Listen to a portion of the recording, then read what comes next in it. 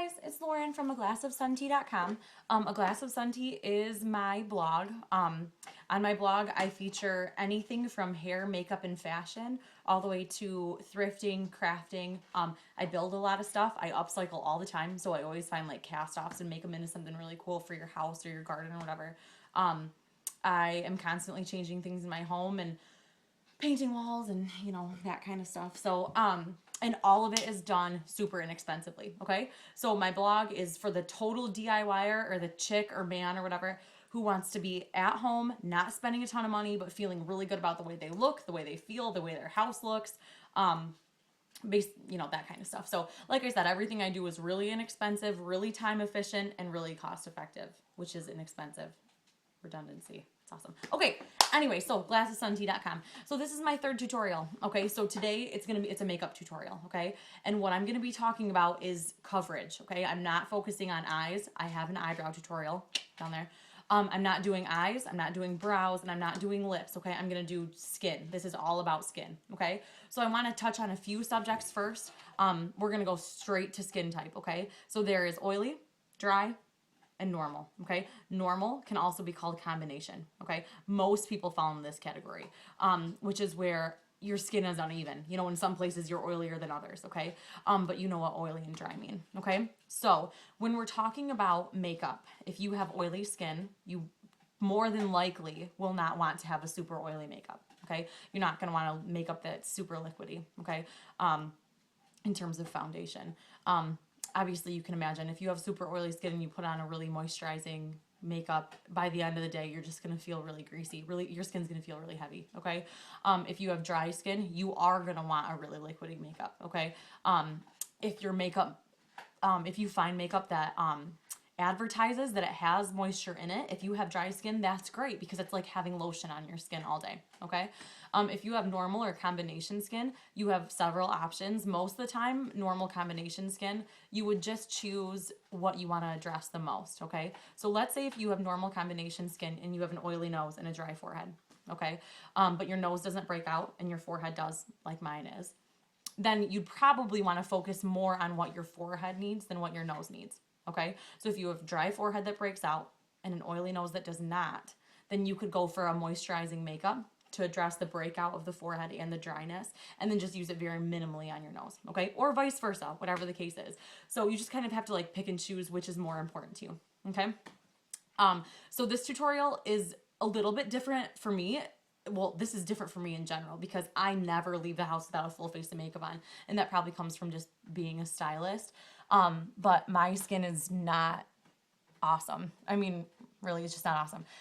For whatever reason, we have, my family and I have deep bags under our eyes. Our eyelids are like kind of see-through so you can see the veins. And we get breakouts, and that's just the way it's always been, okay? I obviously keep my skin clean, and I just always get breakouts, okay? But here's the deal. People compliment me on my skin 24/7, all the time. Oh my God, Lauren, your skin's so beautiful. And I tell them every time with no shame. I'm like, no, I'm just a talented makeup artist, okay? And I can say that because look at my skin. If you saw me, you'd never be like, oh, she has nice skin. Because I don't. But people think I do because I know how to put on my makeup, okay? So I'm just going to teach you some techniques, okay, really quick. We already talked about skin type and what you would want to look for in foundation for your skin type, okay? I have a rule of thumb. If you have dry skin, you want a foundation that when you shake it, you can hear it move in the bottle. That means it's liquidy. If you have oily skin, you want a foundation that when you tip it upside down, it's not going to move, okay? Because that means it's dry, okay? If you have combination skin, you have to decide what is most important to you, what part of your face needs the most coverage, and then you move appropriately from there, okay? A good way to figure out, like I always had a hard time when I was in school deciding what type of skin I had, so I've like over the past few years of hairstyling and diagnosing people's skin, I've deduced that, like let's say in the morning, I said, okay, wash your face once, whatever, towel dry it. Don't fall. Wash your face once and then towel dry it. In 2 hours, that's it. Don't do anything else. No lotion, no makeup, nothing. Towel dry. In 2 hours, what would your skin feel like? Okay? Mine would feel tight and shriveled, for sure, which means I have dry skin. If you feel like yours would be shiny, that means you have oily skin. And if you feel like yours would do one or the other or both, that means you have normal combination skin. Okay? So figure it out. and move appropriately from there. Okay, so let's talk about application techniques, okay? This one totally kills me. These bad boys are so important for foundation application, okay? Don't do it with your fingers, okay? I don't care if you wash your hands before. If you're like, oh, my hands are clean. It doesn't matter. What happens when you do makeup with your fingers? It doesn't matter if you press as lightly as possible, okay? Your fingers are not a flat surface. That is. Fingers aren't a flat surface. So when you rub the makeup on like this, you're pushing it off of some parts and then pushing it onto others. You can't expect even coverage if you're not using an even tool to put it on, okay? And then the second thing that I'm concerned about is, yes, your hands are clean by your and my standards if you wash them, okay? But there still could be some bacteria on them. It's just going to prevent further breakouts, okay? So sponges are a big deal. I use a new sponge like once every 2 or 3 days, okay? It's a better safe than sorry technique for me. You can get a bag of like 60 sponges or something for like $3, okay? I just really recommend changing them very frequently, okay? So the other thing that I want to talk about foundation when you're applying it, whether you have liquid or whether you have one of the drier ones, so like this would be liquid because I can hear it in the bottle, or a drier one because it's not going to jump out. When you apply it, you put it on your sponge like this, okay? And you start in the areas that need the most attention, okay? So in my case, I would rather not have bags than see acne, okay? So I always start under my eyes. So here's what people tend to do. They take their sponge and they go like this, okay? Great, whatever, your makeup's on there, okay? But if I continue to smudge like this, right?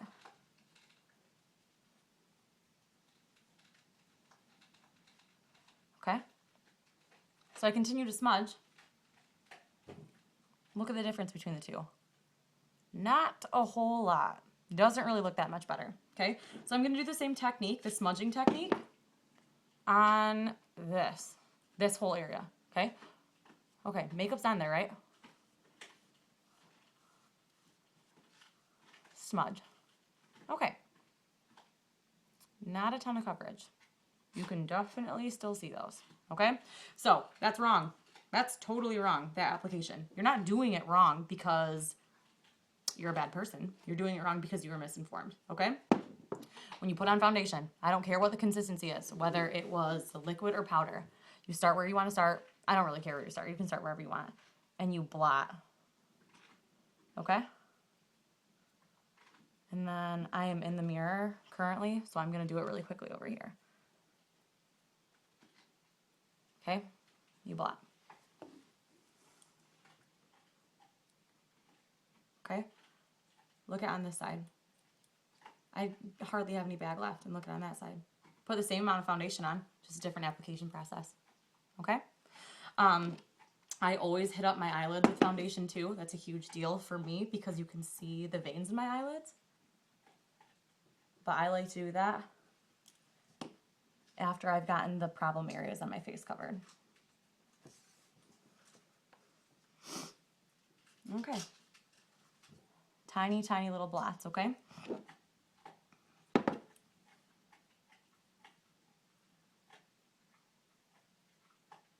Okay, so you can obviously see that they're still raised, but if you look at them in color, they look way better than those bad boys, which I put the same amount of makeup on. It was just a different technique, okay?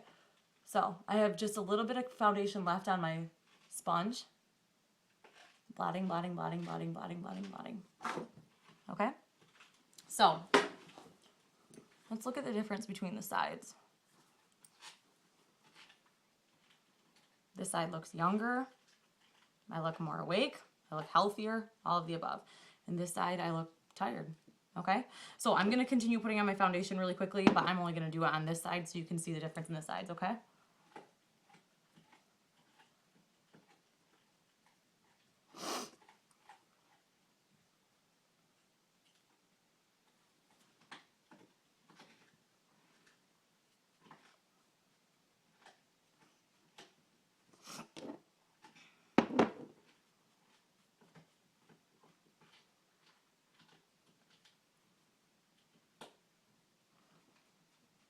Cool.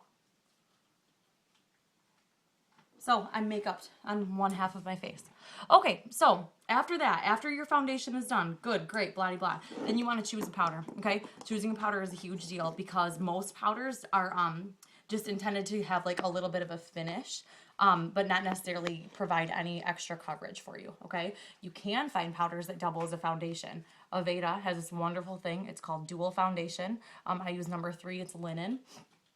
It's on the fair side of skin, okay?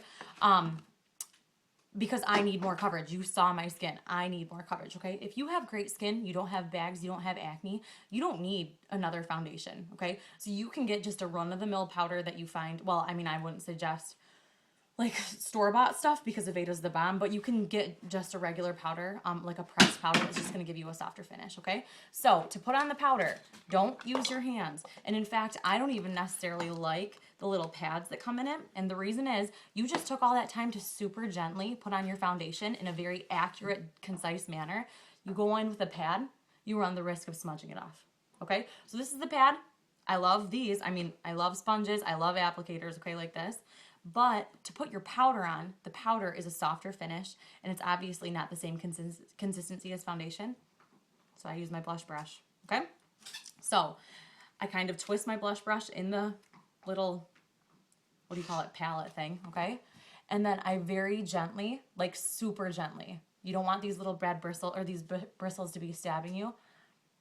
I super gently just dust it over my skin, okay? The other thing that you need to be thinking about when you're doing this application is that you don't want to be smudging the foundation that's underneath it. This is supposed to sit on top of your foundation, not mix in, okay? So when you're putting it on, you need to be thinking about a way to make sure that this powder rests on top of your foundation, not pushing it away, mixing in with it, rubbing it off, getting it on the brush. You'll see that you can't see anything on the brush, not even the powder that just went on my face. That's what it looks like with the powder on, because I'm not pushing my foundation around. I'm just kind of gently going over the top of it. Okay? And then make sure you get up around your eyes too. Cool. All right. So last but not least, we're going to talk about blush and bronzer. Okay? If you're fair skinned, you're going to want to stick with the blush route. Okay? You can get a bright pink blush. You can get a dark pink blush, whatever you want, whatever color blush your pretty little heart desires. But if you have fair skin, you're going to want to stay with blushes, because if you go with like oranges or anything like that, they're going to look harsh against your skin tone. So, okay, so I have 2 different kinds of blushes, and I have a bronzer. So, bronzer is orange or brown based, okay? Bronzer, shiny, makes you look like you were in the sun, sun-kissed, okay? Blush, pink, normally not very shiny, looks like you're cold, okay? So imagine how rosy your cheeks get when you're cold. Blush. What happens when you're in the sun for a few hours? Bronzer, okay? So, here's the deal.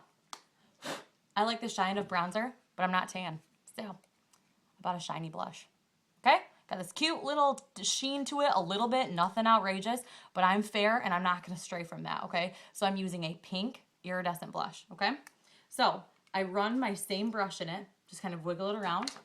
And then you can apply blush however you want, but I like to start by my eye and circle in and then circle back out, okay? I like to get blush up on my temple. I feel like it just kind of brings my cheekbone up a little bit.